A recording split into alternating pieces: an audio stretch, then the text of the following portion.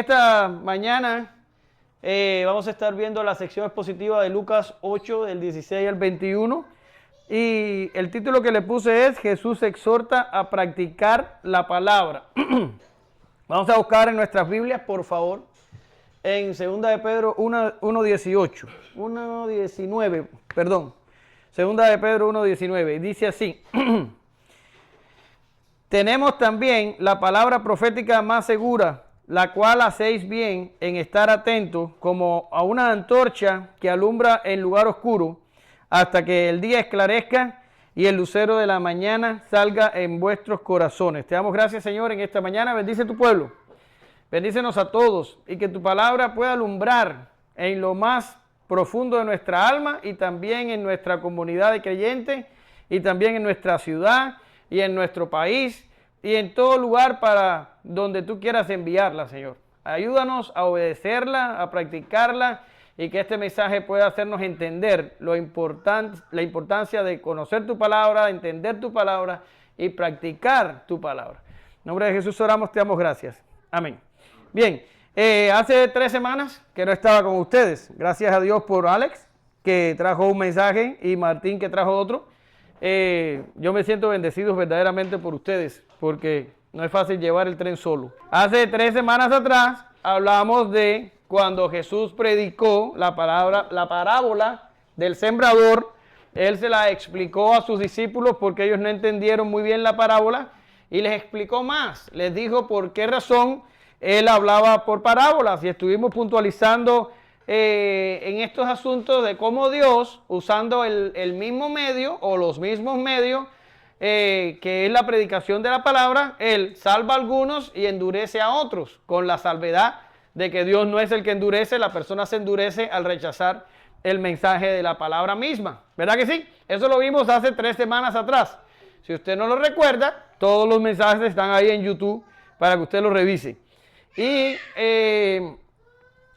hablando también de todos estos, nos asombramos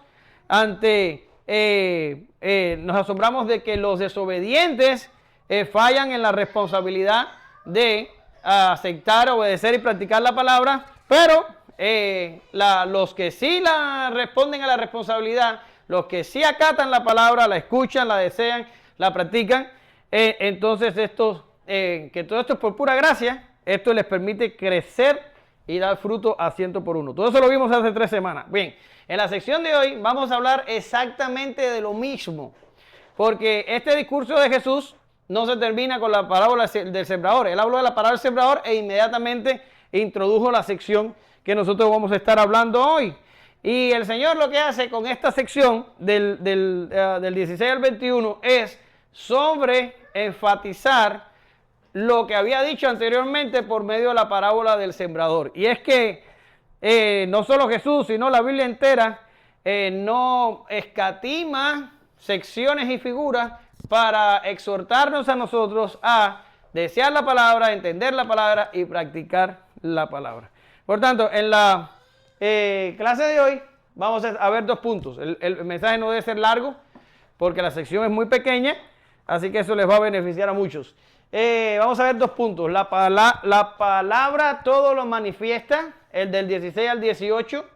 Y el segundo punto es la familia extendida de Jesús. Vamos a hablar de la familia extendida de Jesús del 19 al 21. Bien, entonces tenemos a Ayele.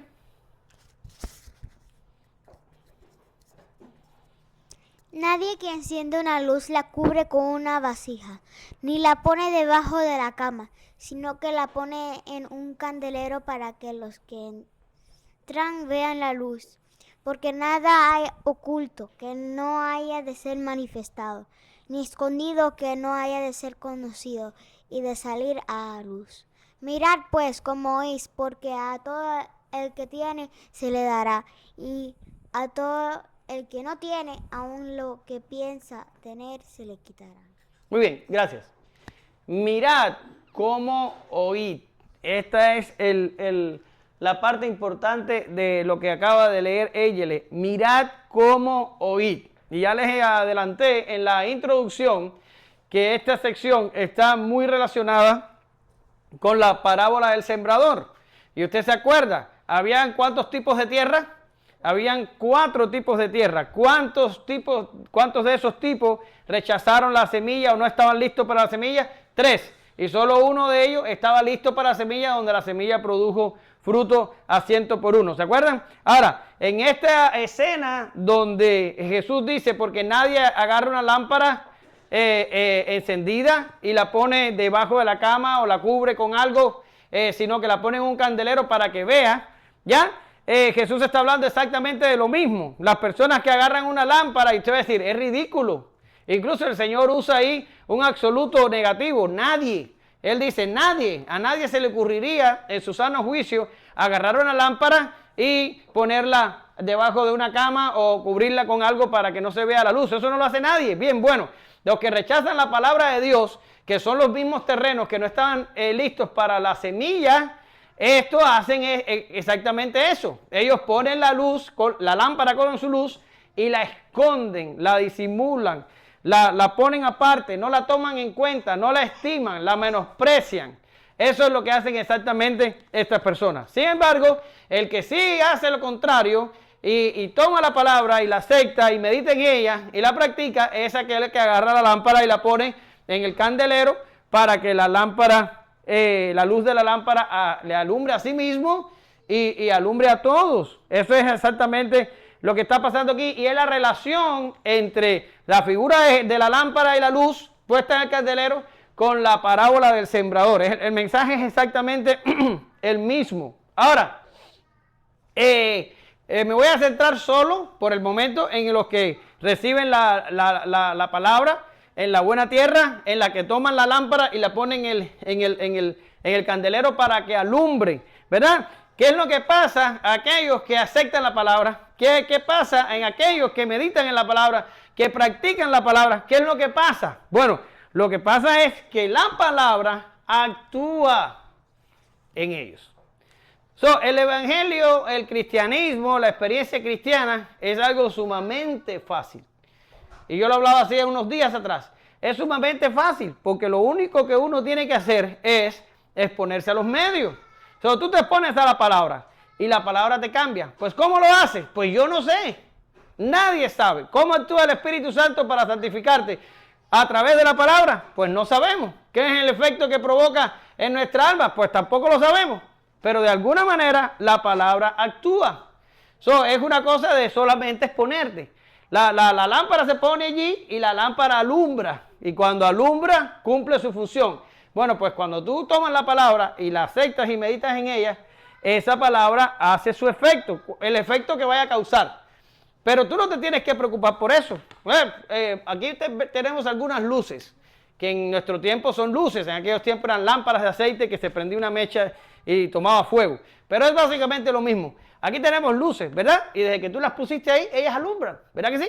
Tú no te tienes que preocupar por cómo funcionan, ni tú tienes que hacer nada auxiliar para hacerlo. Tú siempre las pones ahí y la lámpara alumbra. Así mismo es la palabra. Tú la escuchas y ya no te preocupes porque la palabra va a actuar de la manera que Dios quiere. Mira el texto que tengo en la pizarra y es un texto muy significativo porque habla de la experiencia de la iglesia de Tesalónica cuando Pablo le predicó el evangelio en medio de tribulaciones. Y dice Pablo, 1 Tesalonicenses 1, del 4 al 6, porque conocemos, hermanos amados de Dios, vuestra elección. Calma, vamos a parar un momento ahí.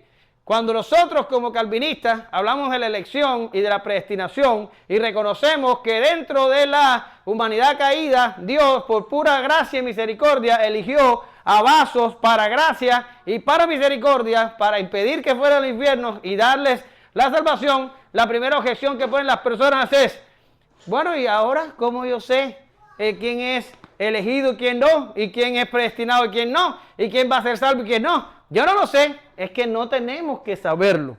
No tenemos que saberlo. ¿Por qué razón? Porque Dios nos manda a poner la lámpara en el candelero y que la lámpara alumbre.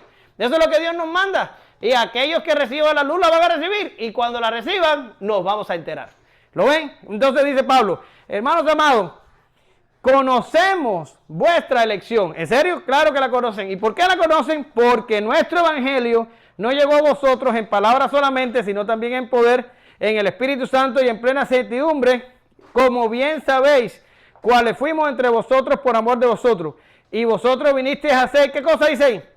Imitadores de nosotros y del Señor, recibiendo la palabra en medio de gran tribulación con gozo del Espíritu Santo.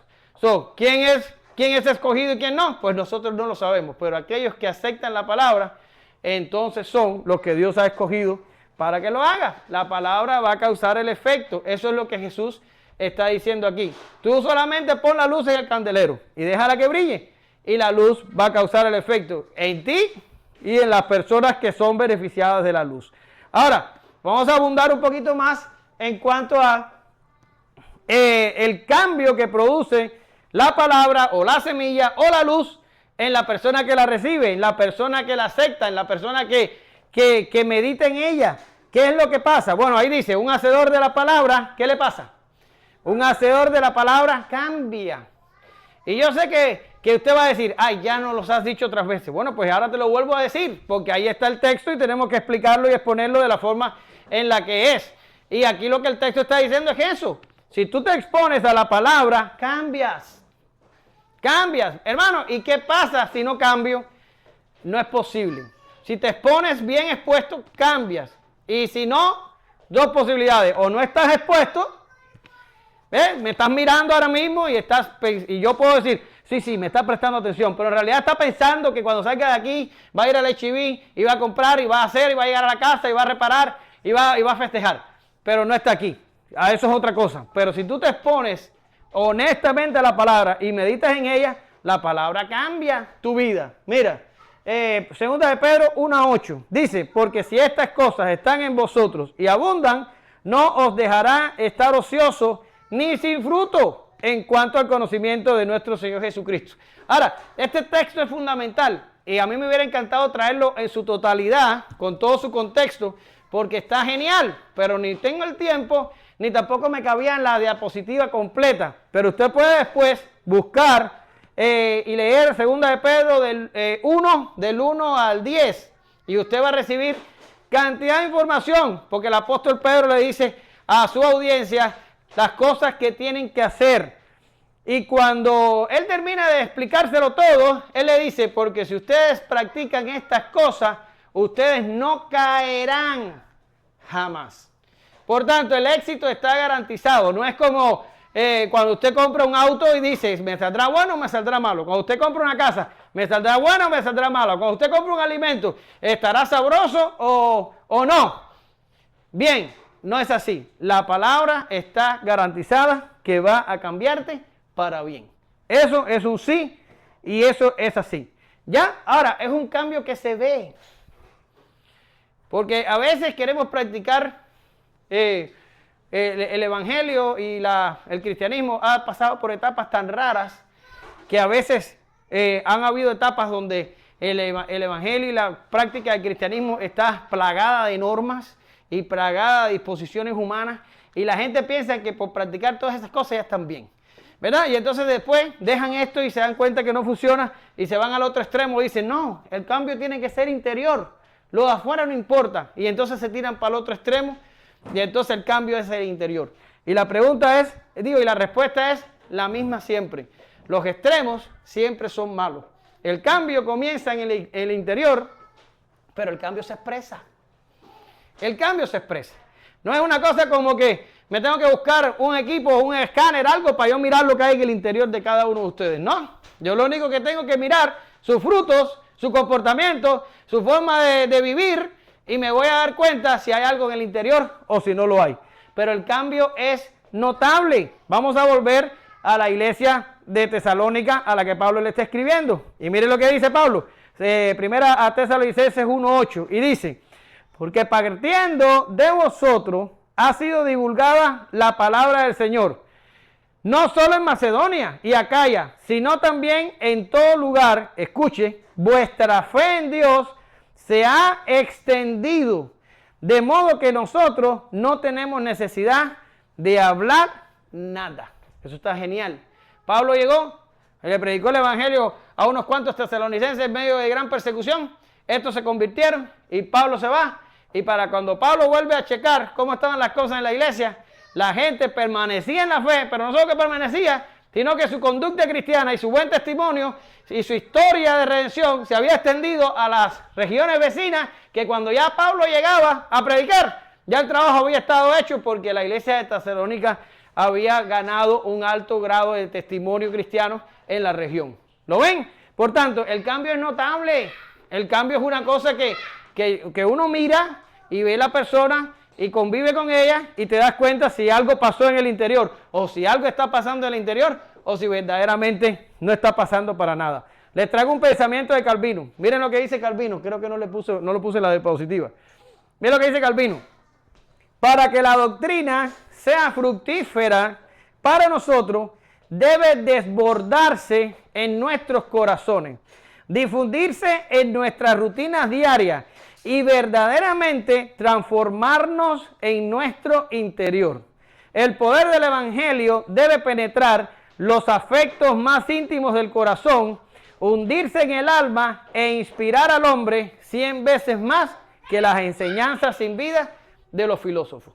¿Qué está diciendo Calvino? La doctrina no es para que tú te la aprendas, no es como cuando vas a la escuela y aprendes matemáticas o aprendes historia o aprendes X, ¿verdad? Yo puedo coger ahora a Alex y hacerle 100 preguntas de teología y Alex me las puede responder. ¿Y qué me va a decir eso? Que se leyó un libro y que tiene buena memoria. Es todo. Ahí no voy a ir más allá. Pero yo sé si la palabra de Dios y si la doctrina lo están cambiando a él verdaderamente cuando yo miro su vida, cuando yo miro cómo actúa, cuando yo miro cómo se conduce, cuando yo miro cómo habla. ¿Ya? Esa es la manera en la que la palabra nos afecta. Nos tiene que afectar. Nos tiene que afectar y nos tiene que cambiar. Y si no, pues tenemos un grave problema nosotros o tenemos que entonces ponerle el problema a Dios. Y a Dios no se lo vamos a poner. Mira el próximo encabezado. Dios actúa por medio de su palabra. ¿Qué significa esto? ¿Por qué decimos con tanto énfasis? El éxito está garantizado. Si te expones a la palabra te va a cambiar. ¿Por qué lo decimos? Porque detrás de la palabra está Dios. Ya está. No es como yo, que usted me pudiera decir, hermano, me hace falta que vayas a la casa y me ayudes con esto. Y yo te digo, a las 3 de la tarde voy a estar ahí. Pero yo soy yo.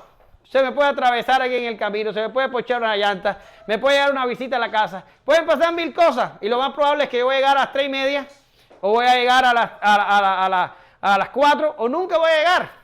Es un milagro que yo llegue en horas a las citas, porque generalmente llego tarde.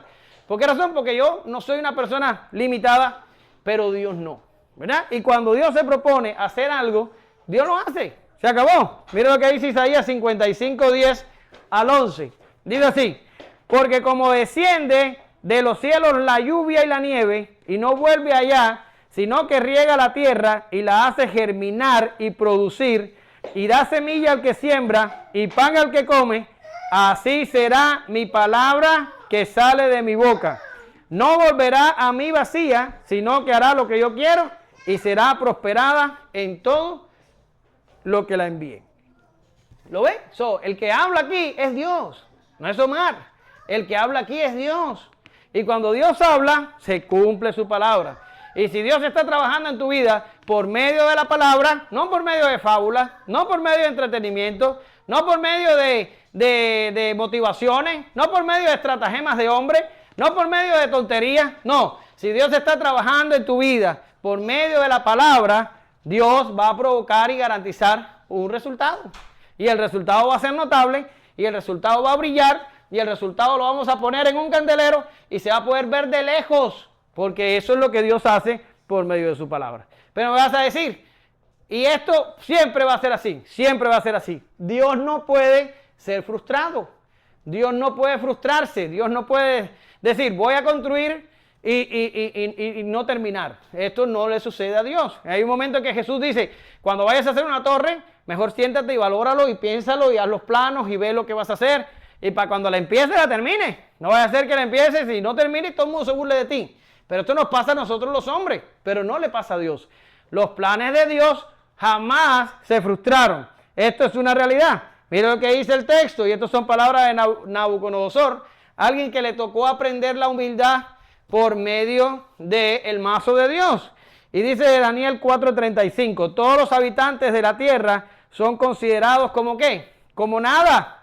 y Él hace su voluntad en el ejército del cielo y en los habitantes de la tierra. Y viene lo importante ahora y dice, y no hay quien detenga su mano y le diga, ¿qué haces? No hay. Pues si Dios está tratando contigo por medio de la palabra de Él, por medio de su palabra, tú vas a ser puesto en un candelero y vas a brillar. Si no estás brillando, el problema está en ti. Y es un problema serio, como lo vamos a ver más adelante. Pero el problema está en ti. Lo normal es que si eres expuesto a la palabra, brilles. Lo normal es que si eres buena tierra y se te mete la semilla germine y dé fruto 100 por 1. Eso es lo normal. Ya está. Ahora, Jesús habla del candelero y habla de que la luz es puesta para que alumbre a todos. Y inmediatamente dice, porque todo lo que está oculto y todo lo que está escondido, todo va a ser manifiesto y todo por la luz va a ser revelado. Y usted lo sabe bien. Usted tiene seguro que sí en sus casas aquel lugar donde está todo lo que usted no quiere que se vea y usted lo va poniendo en una habitación. Ya sea en un garaje, en mi casa hay un cuarto de desahogo donde se mete todo allí y donde hay mucho reguero. Y para entrar allí en medio de la noche, usted no puede entrar a buscar nada. Porque como no está organizado, usted no sabe dónde está nada. Para encontrar las cosas que usted tendría que hacer, prender la luz o entrar con una linterna, como es el caso mío. Tengo que entrar y alumbrar para ver si descubro dónde está la cosa. Y eso es lo que exactamente está diciendo Jesús aquí. La luz que está puesta en el candelero, que alumbra a la persona y que también alumbra al resto de los hombres, también descubre lo que está oculto. Y aquí pudiéramos hablar de varias interpretaciones que se le ha dado al pasaje. Y algunos dicen que es una, algunos dicen que es otra. Y yo digo que es todo, que todo lo que se habla ahí es verdad. No se contradicen y son pues perfectamente posibles. Lo primero que ha de ser revelado es la propia verdad del Evangelio. La revelación no es una adivinanza, ni es indeterminada, ni es indefinidamente progresiva. Una vez que el canon del Nuevo Testamento fue cerrado, se dio por sentado que la revelación está completa. ¿Qué significa?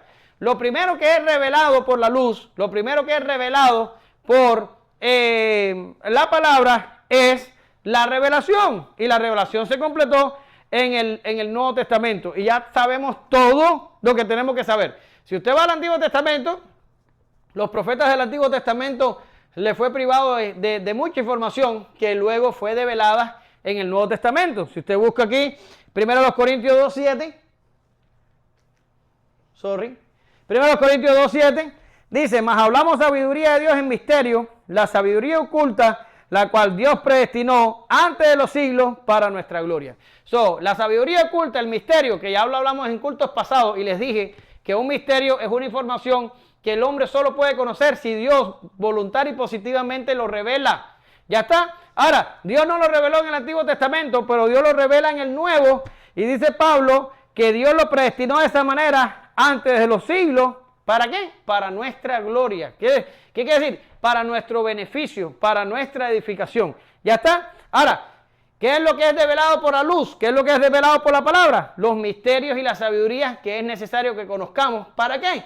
Para nuestra salvación. Pero ahora ya está todo delante de nosotros. Usted en su teléfono, o en la Biblia, porque en el teléfono está la Biblia, es lo que quiero decir, o en una tableta, o en la computadora, usted puede tener acceso a todo lo que ha sido revelado por la luz. ¿Para qué? Para que le aproveche y usted sea salvo.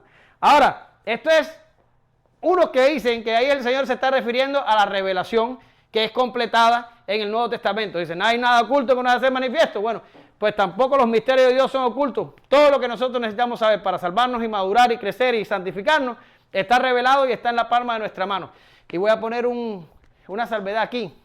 Y es que el canon se cerró, usted sabe cuándo, por allá hace los primeros 4 siglos se trabajó en el canon y se dio por cerrado o completado, se acabó. Por tanto, no estamos nosotros esperando de una nueva revelación. Usted sabe que en otros lugares por ahí se escriben libros completos de nuevas revelaciones y de nuevas interpretaciones y de nuevos dogmas que salen ahora, que en realidad no son nuevos, son viejos, pero se retoman y se reciclan con el tiempo.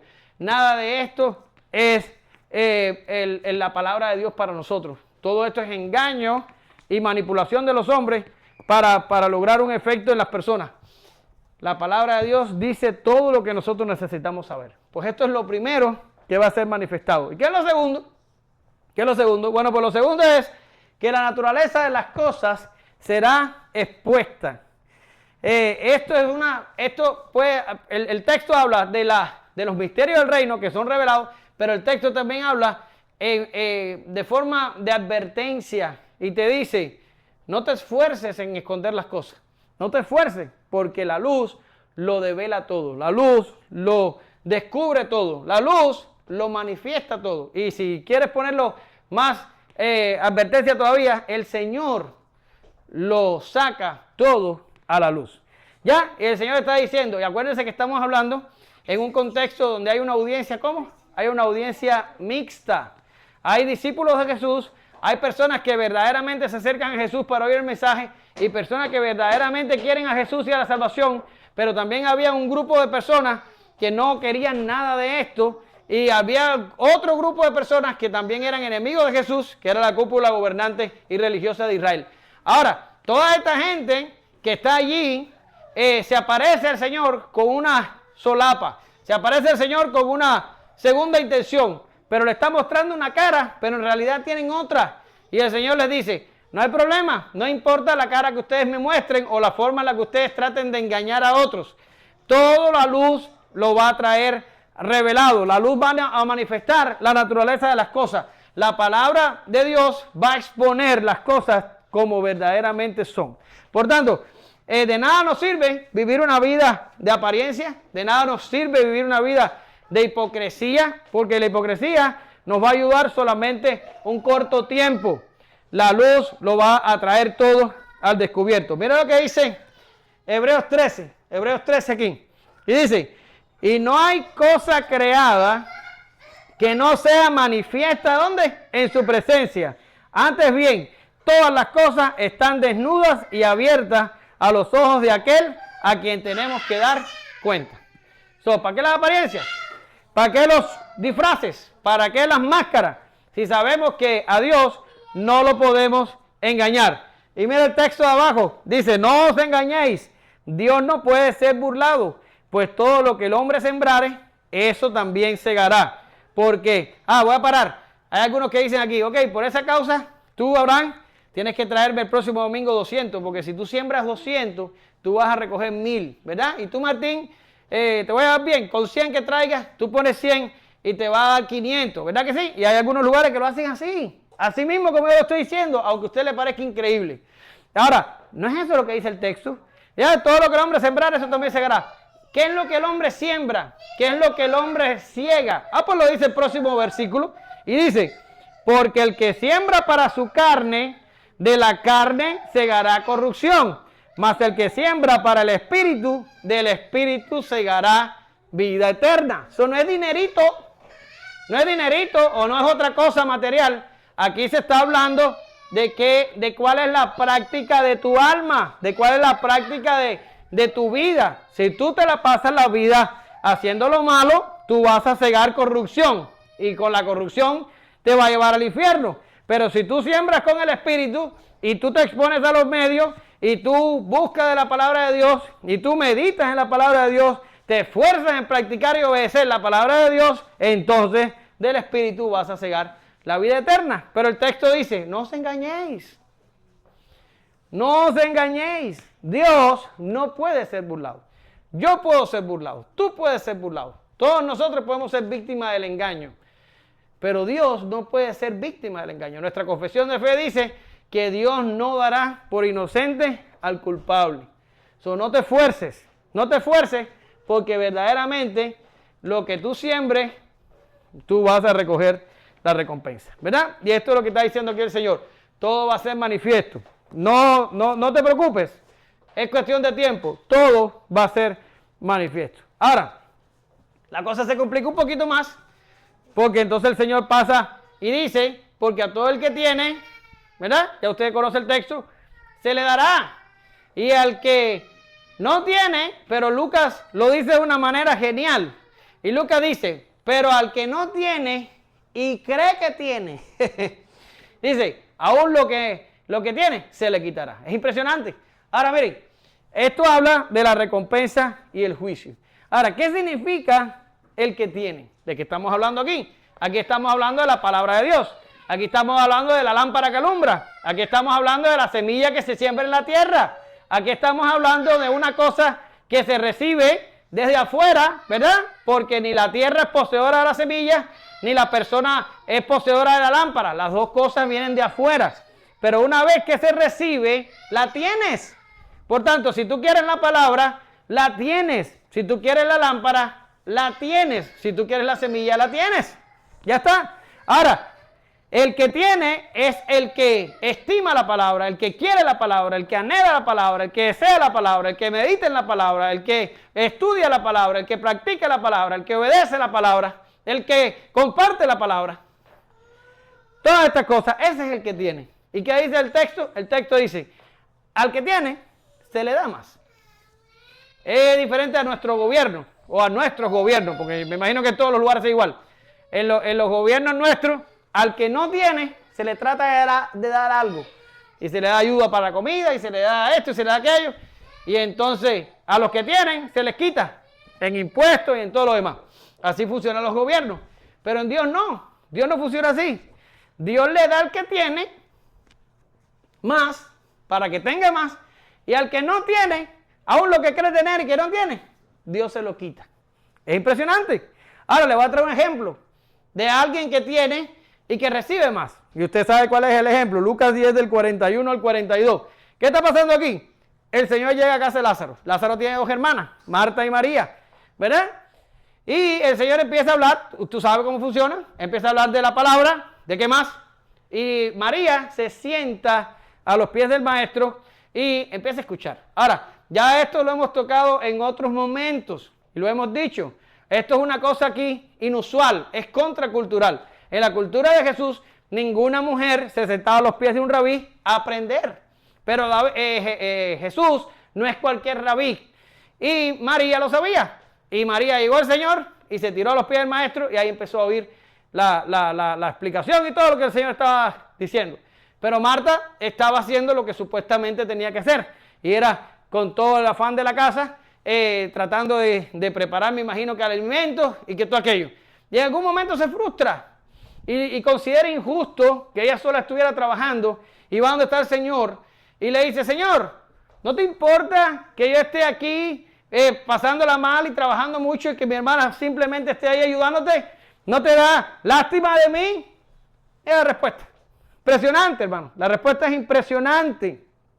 El Señor le dice, Marta, Marta, afanada y turbada estás con muchas cosas, pero solo una cosa, por Dios de los cielos, por Dios de los cielos. Escucha lo que te digo. En una casa regular, en Estados Unidos, ¿cuántas cosas uno tiene que tener en cuenta? Uno tiene que pagar hipotecas. Si tienes gas, que no es el caso mío, tienes que pagar gas, tienes que pagar agua, tienes que pagar electricidad. Si tienes la bendición de tener un auto nuevo, pues vas a tener que pagar el loan del auto, vas a tener que pagar el seguro del auto, vas a tener que pagar tu seguro de si tienes de vida y también de salud, y tienes que comprar comida y tienes que hacer los mantenimientos a la casa. Mire por cuánto llevo. Y si tienes hijos, te tienes que preocupar por las necesidades de tus hijos, que en el caso tuyo, pobre de ti, tienes 7, son 7, vas yo por 17, y te tienes que preocupar por el trabajo, por el jefe, por el supervisor. Llegaré a las 20, posiblemente llegue a las 30. Jesús te dice, solo una es necesaria. ¿En serio?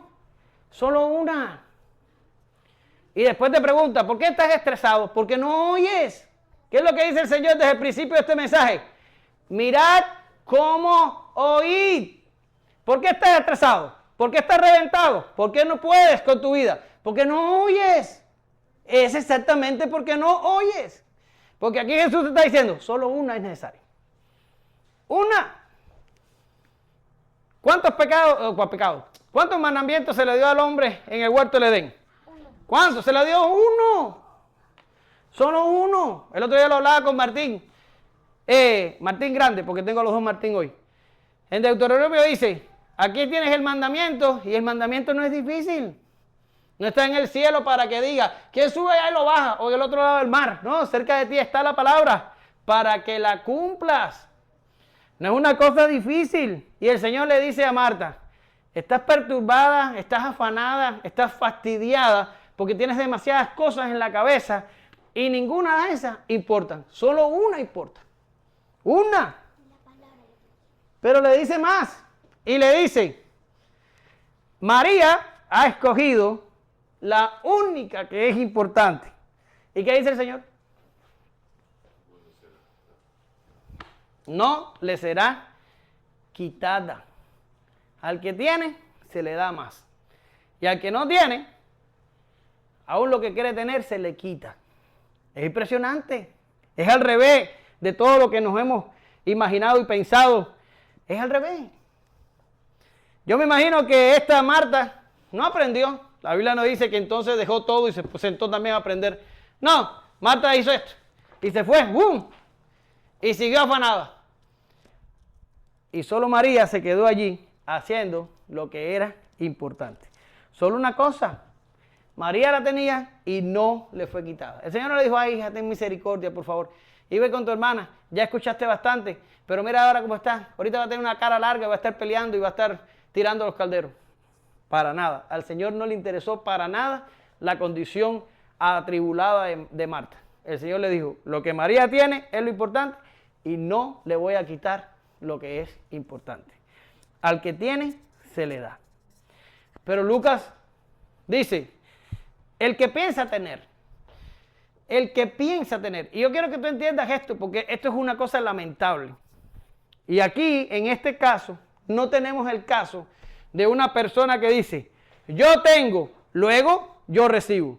Y no hay una persona que dice, y yo no tengo, luego lo poco que tengo vienen y me lo quitan. Ese no es el caso. Mira la Biblia para que tú veas lo que dice. Ahí dice, el que piensa tener. Aquí no estamos hablando de uno que tiene y sabe y que uno que no tiene y sabe. No, aquí estamos hablando de dos que tienen. Uno que verdaderamente tienen y otro que cree que tiene. ¿Se da cuenta cuál es la situación? Ahora, mira lo que pongo aquí. ¿Dónde dejé el puntero? No reconocer la carencia es parte del castigo. ¿Lo ven? Cuando hablamos de bienaventuranza, dijimos que una persona que reconoce su pobreza espiritual y su carencia está en un estado de ¿qué? De bienaventuranza. Cuando tú sabes que estás fastidiado, eso es bueno. Cuando tú sabes que necesitas del Señor, eso es bueno. Cuando tú sabes que necesitas aprender de la palabra, eso es bueno. Porque eso te va a llevar a obtener esas cosas. Pero aquí estamos hablando de alguien. Aquí estamos hablando de alguien que cree que tiene. Alguien que dice, ay, no, yo estoy bien, sí, yo voy los domingos y me siento ahí. Sí, sí. Y la Biblia sí la leo una vez al mes. Y oro por la comida. Por la comida oro. Y oro antes de dormir. Y sí, estoy bien, yo tengo algo. Y es una persona que está absolutamente perdida acerca de su pobreza espiritual. ¿Lo ven? Y entonces dice que a esa persona que cree que tiene, aún lo que cree que tiene, se le quitará. A Juan 9:39 dice, Jesús dijo, para juicio he venido yo a este mundo, para que los que no ven, vean, y para los que ven, sean cegados. Entonces algunos de los fariseos que estaban con él, al oír esto dijeron, ¿acaso nosotros también somos ciegos? Y Jesús le respondió, si fueras ciego no tendrías pecado, mas ahora porque decís vemos, vuestro pecado permanece. Ahora, no reconocer tu carencia es parte del castigo. Aquí los fariseos, aquí los líderes religiosos, aquí la otra parte de los que se oponían a Jesús, ¿verdad? Estaban reaccionando a la curación de un ciego de nacimiento. Y el Señor dice, yo vine al mundo ¿para qué? Vine para juicio. Porque los que no veían, ahora ven. Y los que ven son cegados. Y los fariseos al momento lo entienden. Y los fariseos dicen, este nos está diciendo ciegos a nosotros. Y nosotros no somos ciegos. Y dice, Señor, ve acá, ¿somos nosotros los ciegos? Y entonces Jesús le dice, porque ustedes dicen que ven. Porque ustedes dicen que ven, ahora son cegados. Y vuestro pecado permanece. ¿Lo ven? Tiene un Rolex. Y yo te pudiera quitar el Rolex, sí, si lo tuvieras. Pero si no lo tienes, no te lo puedo quitar. No estamos hablando de que la persona en realidad pierde algo. Lo que estamos hablando es una persona que en realidad no tiene algo y se acaba de enterar que no lo tiene. Este es el problema. Porque no quiero que ustedes piensen que Dios es un Dios que si tú tienes algo, él disfruta diciéndote, a ver, Abraham, ¿qué es lo que tú tienes? ¿La casa? Pues te la quito, para que tú veas lo frío que está la madrugada. ¿Y qué es lo que tienes? ¿Un carro? Pues te lo quito, para que tú veas lo difícil que está el transporte. Dios no es así.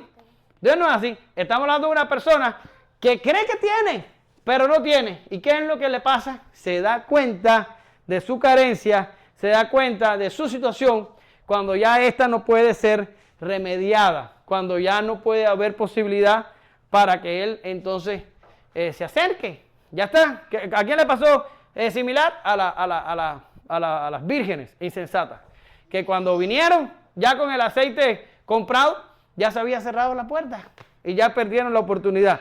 Y aquí es una gente que piensa que tiene y cuando se presentan las cosas, no tenía. Y ahora, pues no, ya se cerró la puerta, ya no puedes entrar. Mira lo que dice Hebreos. Dice, porque también a nosotros se nos ha anunciado la buena nueva como a ellos. Ahora te voy a explicar quién es el ellos. Pero no les aprovechó el oír la palabra por no ir acompañada de fe en los que la oyeron. Pero los que hemos creído entramos en el reposo, de manera que se dijo, por tanto juré en mi ira, no entrarán en mi reposo, aunque las obras suyas ya están acabadas de la fundación del mundo. Ahora, este texto es un poco complejo, pero la parte que a mí me interesa para que entendamos qué es lo que significa que se le quita lo que no tiene, es que la persona oye, y cuando la persona oye el mensaje, dice el texto, que no es acompañado de fe. Y al no es acompañado de fe, y usted pregúntese de dónde viene la fe, entonces la palabra no le aprovecha. Y al no aprovecharle la palabra, el Señor tácitamente le dice, ¿sabes qué? Pues no van a entrar en mi reposo. Se está refiriendo a las personas que fueron rechazadas y no entraron a la tierra prometida y murieron allí. Ellos recibieron la palabra como mismo la recibe usted y como mismo la recibe todo el mundo. Al que la aprovecha, entra en el reposo. Al que no la aprovecha, no entra y simple y se acabó. Y así se quedó. Pero no estamos hablando, en el caso del contexto de Hebreo, no estamos hablando de alguien lejos, no estamos hablando de un filisteo, o no estamos hablando de alguien allá en Sodoma y Gomorra, o no estamos hablando de alguien por acá en Asiria, o no estamos hablando de alguien por allá en no sé qué pueblo pudiéramos mencionar ahora. No. Estamos hablando de gente que estuvieron bajo la nube, que gente que estuvieron bajo la columna de fuego, que estuvieron cruzando el mar y que estuvieron viendo el maná caer del cielo y que estuvieron viendo lo de las codornices y que estuvieron viendo milagro tras milagro y cosa, manifestación y todo estuvieron allí. No estamos hablando de una gente alejada de todas esas cosas. Es un israelita metido adentro. Y se les predicó la misma palabra y se expusieron a los mismos milagros. Pero dice el escritor a los hebreos, pero no les aprovechó porque no iba acompañada de fe. ¿Qué les pasó? No entraban al reposo. Lo que creían tener, el destino que creían tener, pues no llegaron. ¿Por qué razón? Porque Dios no puede ser burlado. Ahora, ¿tengo otro texto o no? No tengo otro texto. Bien. Entonces vamos a pasar al segundo encabezado de el mensaje, que va a ser bastante rápido. Dale, Abraham, por favor.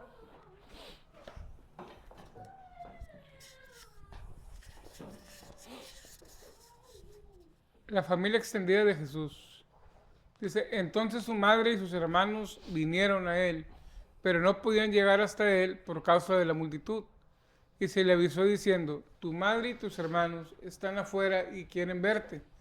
Él entonces respondió, les dijo, mi madre y mis hermanos son los que oyen la palabra de Dios y la hacen. Bien, ¿qué está pasando aquí? Porque hay algunos que dicen, no, el Señor Jesús rechazó su familia y no les importó. No es así. Aquí no está pasando eso.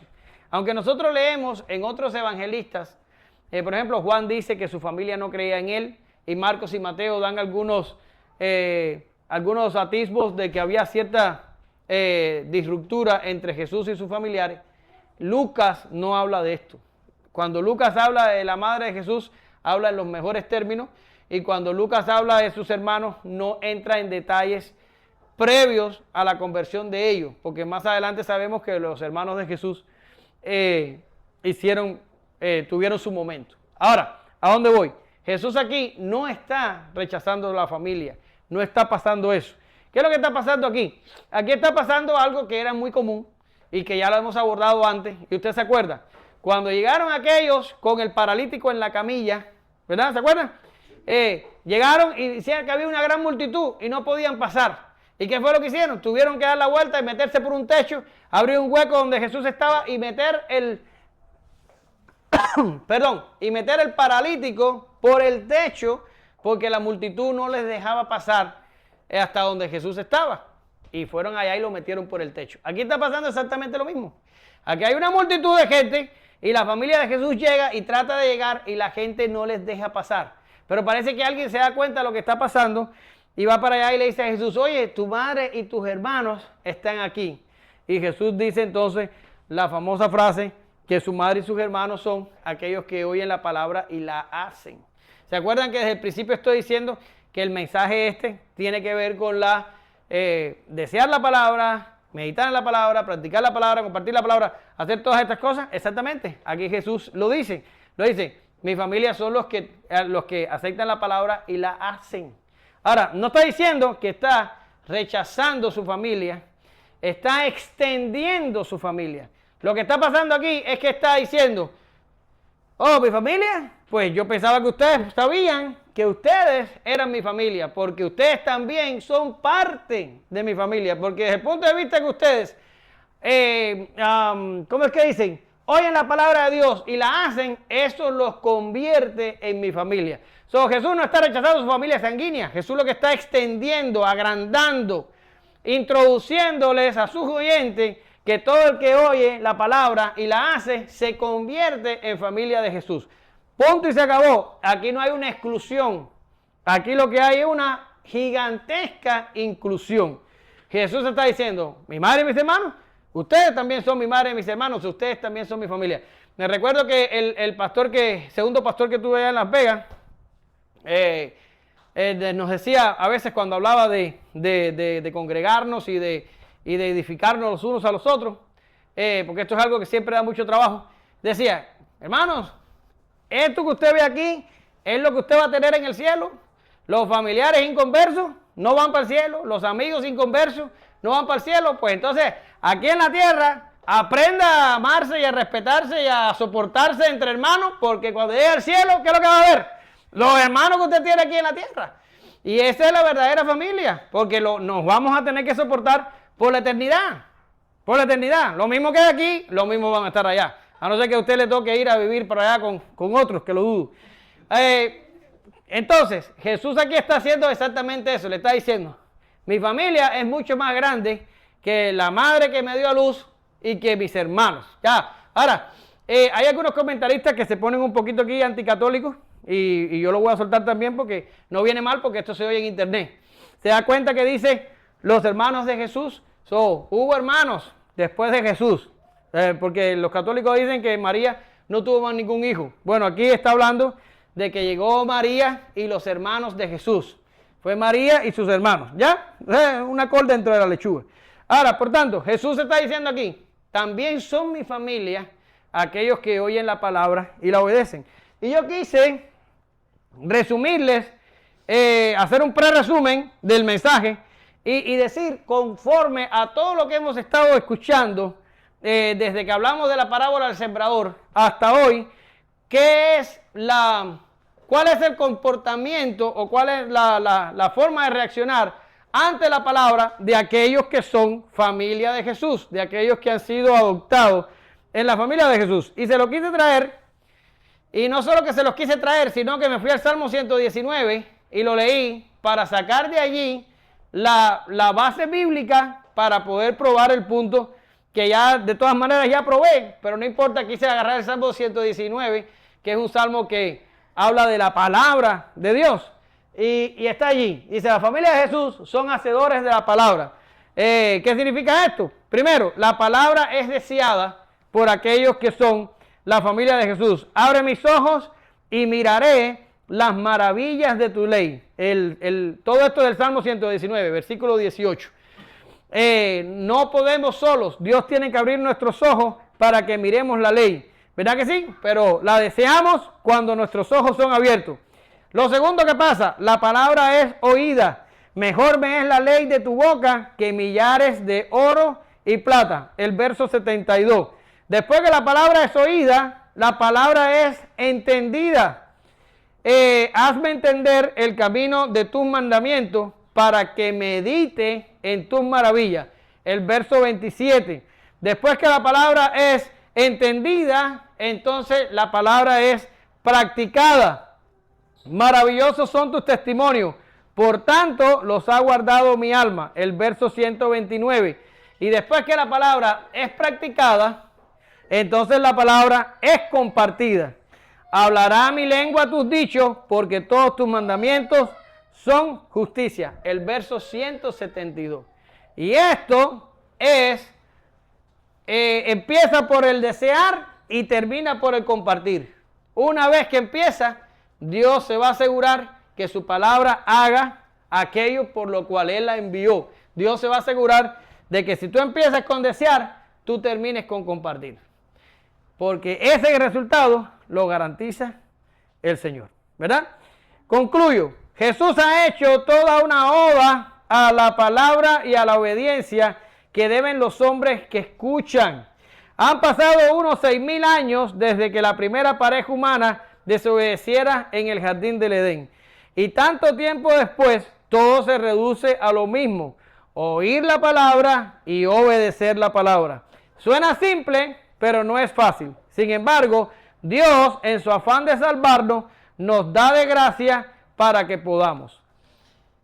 Si oímos la palabra y nos olvidamos y no obedecemos ni practicamos, solo nos engañamos a nosotros mismos pensando que tenemos algo. Pero Jesús lo advierte: todo será revelado, quedaremos expuestos y no escaparemos. Pero Dios nos ha dado todo lo que necesitamos para obedecer y hacer que la palabra aproveche por medio de la fe. A estos que quieren oír, que entienden, que practican, les digo: no nos cansemos pues de hacer el bien, porque a su tiempo segaremos si no desmayamos. Gálatas 6:9, y con ese verso termino. Gracias te amo, Señor, en esta mañana. Gracias por tu palabra. Gracias, Señor, porque si queremos tu palabra, si la deseamos, si la anhelamos, estamos hambrientos de ella. Solo te pedimos que por medio de tu Espíritu Santo, tú hagas brillar tu palabra en nosotros, que podamos brillar por medio de tu palabra para que la luz de ella nos alumbre a nosotros y nos ayude a cambiar y ayude a otros que han de venir y sufrir el mismo proceso. Haznos instrumentos de esta gran obra y que podamos ser partícipes de la salvación de tus escogidos. Ayúdanos en la santificación, ayúdanos en compromiso, ayúdanos en Señor, que te seamos fieles, porque estas cosas, Señor, son el resultado natural de tu palabra, pero somos tan tercos y maliciosos que aún allá necesitamos la ayuda de tu Espíritu para poder llegar. En el nombre de Jesús te pedimos todas estas cosas y te damos gracias. Amén. Gracias, Señor.